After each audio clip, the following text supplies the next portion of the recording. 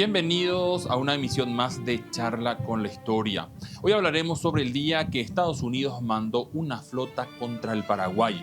En el trasfondo, principalmente un buque militar con objetivos de investigación hidrográfica en aguas jurisdiccionales paraguayas. Hablamos del Waterwitch.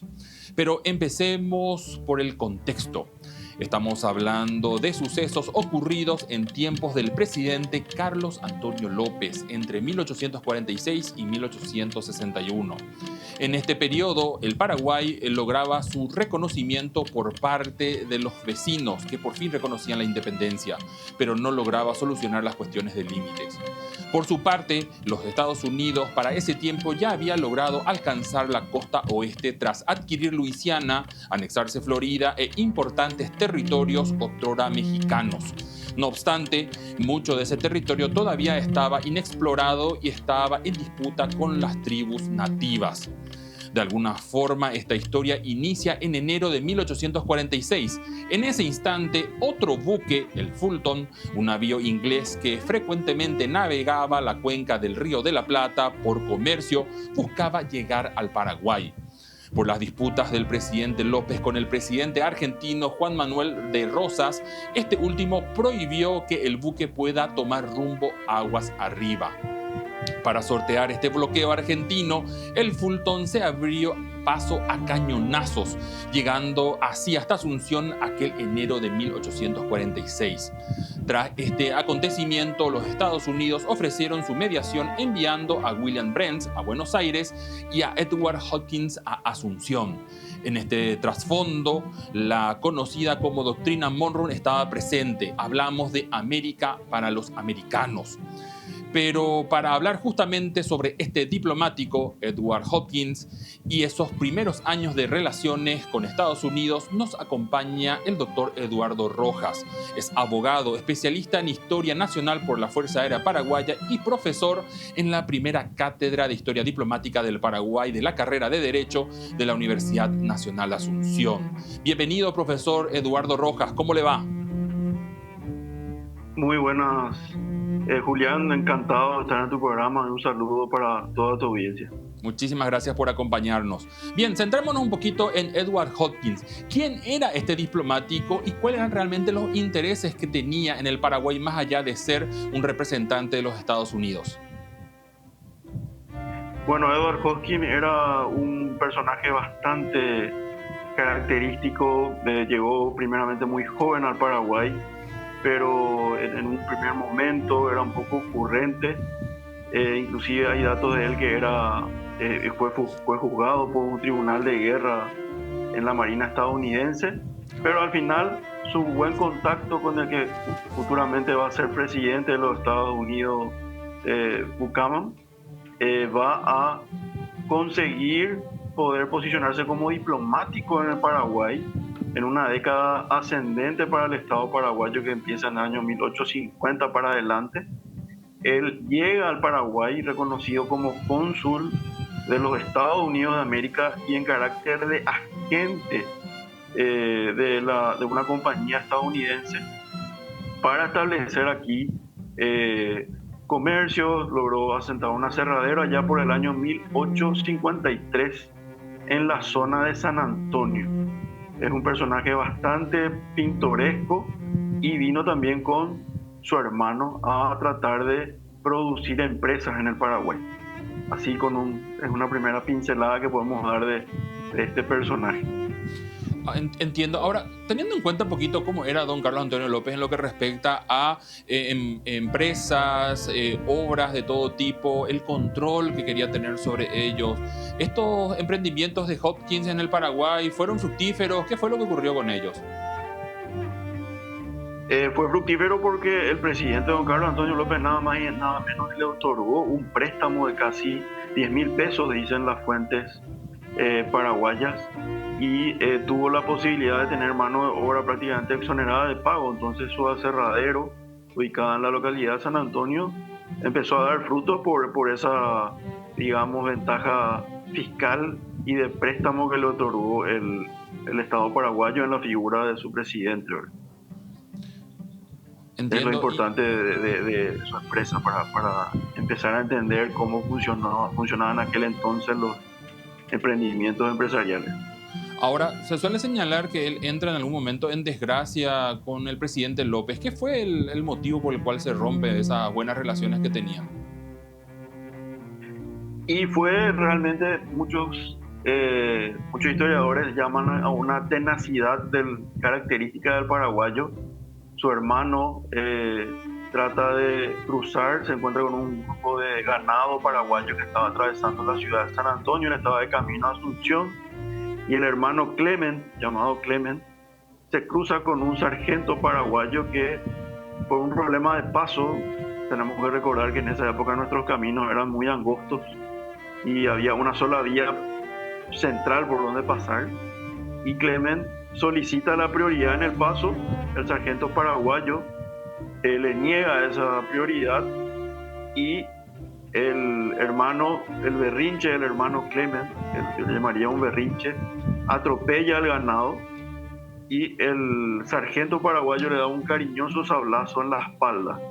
Entiéndase que fue un sablazo con el borde del sable, no un sablazo con el filo, pero ya le habrá ocasionado bastante daño y bastante humillación sobre todo. Y este fue el detonante, que fue Clement va junto a su hermano a quejarse. Edward agarra sus cosas y atropella hasta Asunción a cabalgata tendida, dicen los materiales, y atropella al presidente. Algunos dicen inclusive fue armado, lo amenazó. Don Carlos trata de decir que esa no es una forma de quejarse de un diplomático, que tenía que quejarse con José Falcón, y él no quiso entender de eso, quiso que se le castigue al sargento paraguayo, a lo que don Carlos le rechaza esa petición y le revoca su credencial de diplomático y le cancela su aserradero en San Antonio. Eso fue lo que crispó y lo que generó el malentendido entre Hosking y Edward Hosking, o los hermanos Hosking, podríamos decir, con el presidente don Carlos. A partir de entonces, todos los emprendimientos que tenían fueron cerrando y prácticamente él tenía que abandonar entonces la República, ¿no? Sí, así mismo, tenía que abandonar la República, y ahí es donde quiero mencionar la fuente americana. Hosking tenía unos documentos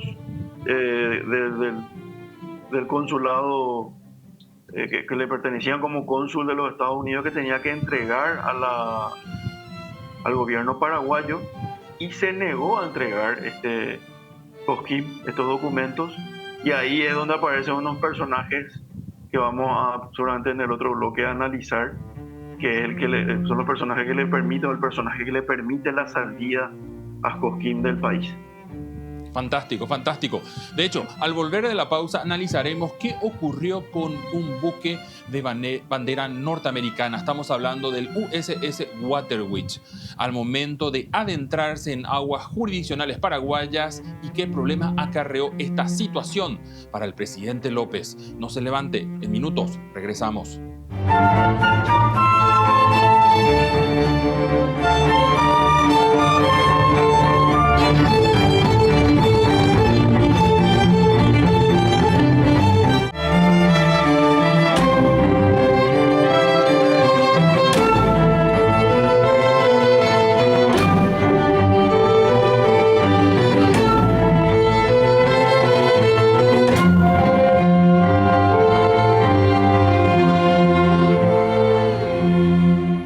Gracias por acompañarnos. Esto es Charla con la Historia. Hoy estamos hablando de aquella ocasión en la cual los Estados Unidos mandó una escuadra de guerra contra el Paraguay.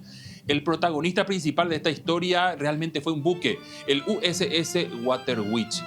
Fue un buque militar norteamericano de casco de madera y ruedas laterales como locomoción, que se encontraba en ese instante de misión de relevamiento de datos hidrográficos en la cuenca del Río de la Plata. Todo esto a inicios de la década de 1850 y mediados de esta misma década. En 1854, el presidente Carlos Antonio López prohibió que buques militares extranjeros naveguen justamente en las aguas jurisdiccionales paraguayas.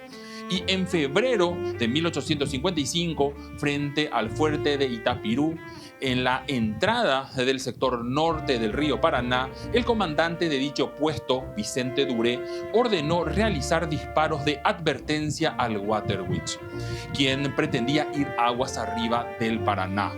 Como el buque norteamericano no corrigió su rumbo, ordenó que se dispare contra él. El cañonazo generó la muerte del timonel Samuel Chaney y varios destrozos. Finalmente el buque se alejó, pero esta situación sería aprovechada por Edward Hopkins para proseguir su campaña de desprestigio contra el Paraguay y López, cosa que realizaba ante las autoridades de su país, los Estados Unidos. Nos acompaña el profesor Eduardo Rojas. Profesor, ¿qué hacía navegando el Waterwitch en aguas de la Cuenca del Plata y realmente qué daños recibió? Sí, es una importante pregunta, interesantísima pregunta. Hay que conectar justamente el decreto de prohibición de don Carlos Antonio López fue en el año 1854 por un evento que justamente ocurrió en el año 1853, el año en que, a comienzos de 1854-1853, donde Hawking, volvamos un poquito a Hawking, genera un problema que ya veníamos diciendo, y justamente el Waterwitch ya estaba en aguas paraguayas. Generalmente la historiografía paraguaya solamente da a entender como que el Waterwitch es la primera vez que está llegando al Paraguay en 1855, pero en 1853 con el teniente Page ya llega a Paraguay y le rescata, entre comillas, violentamente a Hawking con este barco, que era un barco militar. La prohibición era para entrada de barcos militares, y Paraguay en aquel entonces no tenía un buque de guerra. El Tacuarí estaba en camino de Europa, desde Europa, y es amedrentado el gobierno paraguayo con este buque estadounidense apuntando los 3 cañones que tenía al Palacio de Gobierno. Entonces eso generó una rabia tremenda a don Carlos y saca este decreto, por lo que el Waterwitch era ya conocido por la fortaleza de Itapirú. Al llegar nuevamente en 1855 frente a este fuerte, como bien dijiste, el comandante paraguayo altea a este buque y el buque se detiene y la comunicación se realizaba a través de canoas. Una canoa paraguaya se acerca a este buque. Esto ya es una fuente americana, realmente las fuentes paraguayas dicen que hay unos disparos de advertencia, pero inclusive el Waterwitch en aquel momento no estaba comandado por Page, sino por un oficial llamado Jefferson. Ni siquiera estaba por el comandante real del buque, estaba comandado por el comandante real del buque. Este Jefferson se hace el desentendido, dice que no entiende el español que está escrito. El marinero paraguayo le presenta una copia del decreto y él dice textualmente, la versión paraguaya, que toda la tripulación se pega una carcajada, se burla de este decreto y arremete con la marcha hacia adelante para subir el río Paraguay. Ellos subestimaron al fuerte Itapirú, que tenía unos cañones viejos, pero los artilleros paraguayos siempre fueron muy precisos, y la fuente americana dice que entre ellos uno que le ocasiona la muerte al timonel, varios marineros heridos, una de las aletas giratorias del buque también es dañado, junto con otras dos embarcaciones auxiliares de este buque Waterwitch. O sea, fue un cañoneo bastante interesante según la versión americana, y la versión paraguaya resume a la muerte del timonel. Esos fueron los daños que sufrió. Apenas pudo llegar a un puerto argentino que estaba ahí cerca, bajando un poco más el Paraná.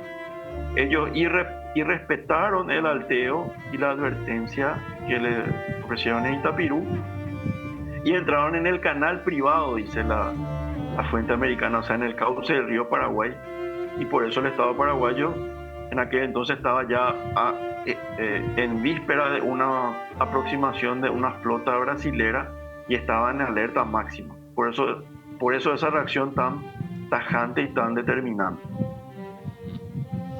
Y bueno, al final, ¿qué es lo que ocurre en Estados Unidos?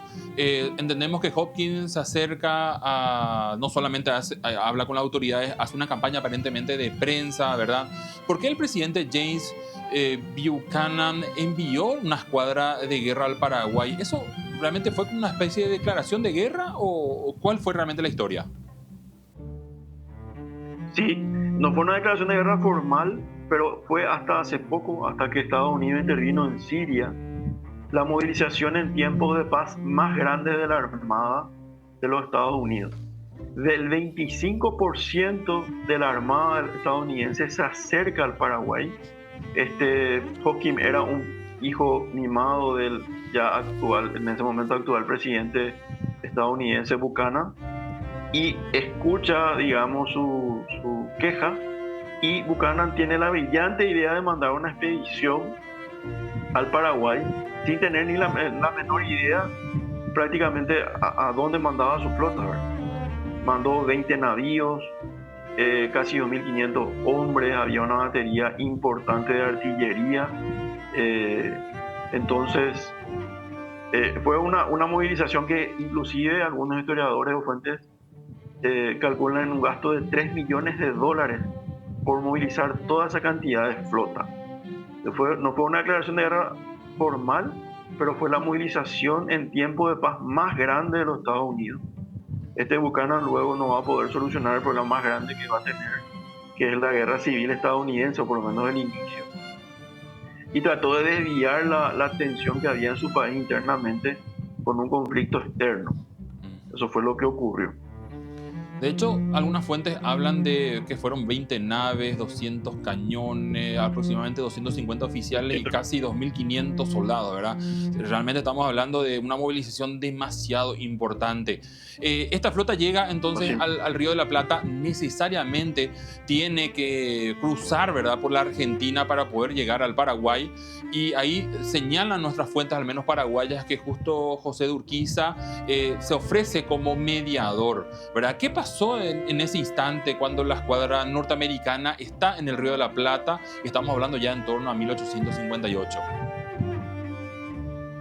Sí, Urquiza, ya con la experiencia tenida con el Fulton que mencionaste al comienzo, el Fulton inglés, porque hay un Fulton estadounidense homónimo, que es el buque insignia de esta escuadra, ya deja pasar nada más a la flota estadounidense, pero se pone como intermediario, es aceptado como intermediario por el comisionado Bowley, que le sube en el barco, en la flota americana, y viene hasta Asunción.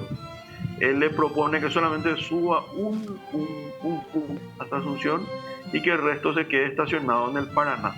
En ese sentido, Urquiza sirvió de un importante engranaje conciliador para que no caiga directamente la tropa estadounidense a bombardear el país. Iba a buscar un desembarco, que es lo que querían, y ocupar una zona del país. Eso hubiese sido, sí, una guerra prácticamente ya directa con Estados Unidos. Urquiza hizo ese gran trabajo. Aparte, Urquiza ya venía de reconocerlo la independencia prácticamente 2 años antes. La Argentina no reconoce la independencia ahí por el año 1852. Entonces estaba como un aliado importante del Paraguay, y en este caso le sirvió de mediador. Ahora, una vez que pasa todo esto, ¿qué pasa con López? ¿Acepta la mediación? ¿Cuál fue el resultado de todo esto? Acepta la mediación de Urquiza, llegan a Asunción. López, como buen estratega, inclusive las fuentes americanas lo tratan de irascible a don Carlos, que para nosotros él es el presidente de La Paz. Lo tratan de irascible, ¿por qué? Porque previno, igualmente tuvo sus recaudos, movilizó 16.000 soldados en la zona de Humaitá, listos para el combate también, a la par de recibir la asunción al Fulton y al comisionado Bowley. Hay una conversación, los Estados Unidos hablan de una compensación aproximada de $1 millón tenía que pagar Paraguay. Don Carlos dice: sí, vamos a pagar, pero solamente $10.000, y a la familia del marinero fallecido. no tenemos problema de pagar. Eso fue prácticamente una derrota diplomática para tanta movilización, diplomacia armada, por lo menos que se le llamaba en esa época. Y Paraguay termina, por lo menos en ese primer roce diplomático, airoso porque paga prácticamente nada comparado a lo que venían a reclamar los Estados Unidos de América.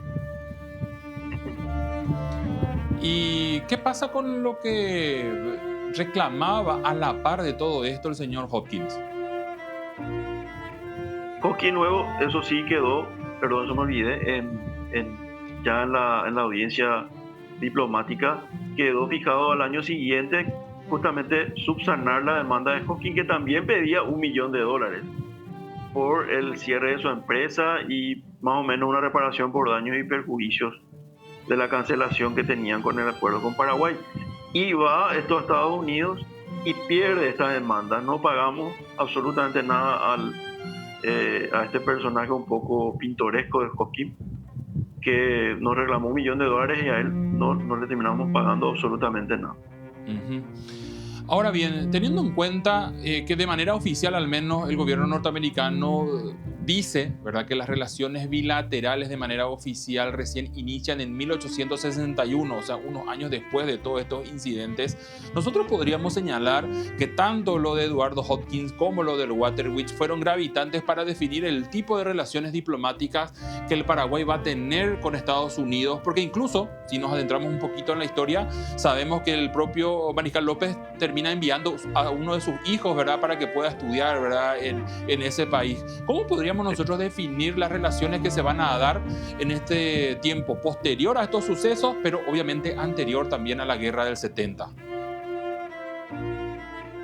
Y fueron igualmente un poco tensas porque envían a Wadsworth en reemplazo de Hopkins. Realmente no fue un digno representante de los Estados Unidos. Efectivamente ya comenzamos en 1853 las relaciones con Estados Unidos. Si bien no había un acuerdo, un tratado de navegación concretado, sirvió de un ya acercamiento diplomático y comercial, siguiendo a un nivel muy grande y que va a marcar un poco el norte en los años siguientes, y un poco de desentendimiento también con Wadsworth, que va a ser el siguiente cónsul en ser enviado por los Estados Unidos, que inclusive dentro ya, como estábamos adentrando un poco más en la historia, en la Triple Alianza va a ser acusado de conspirador contra el gobierno paraguayo en plena guerra, ¿verdad? Pero ya con eso se subsana un poco cuando es enviado Manmaco, que creo que es la representación insigne que tiene la diplomacia estadounidense con Paraguay, viene un poco a subsanar un poco los errores que cometieron sus antecesores. Excelente, qué buena aclaración de todo este trasfondo que a veces realmente pasan de forma muy somera en nuestros libros de historia. Profesor Eduardo Rojas, muchísimas gracias por habernos acompañado en esta emisión de Charla con la Historia. De nada, muchísimas gracias, honrado, y a disposición de ustedes para cualquier tema que quieran. Muchísimas gracias. Gracias también a usted por haber acompañado estos 30 minutos de reflexión sobre nuestro pasado, que siempre tiene que ver con algo que pasa en el presente. Hasta dentro de 7 días. Un abrazo.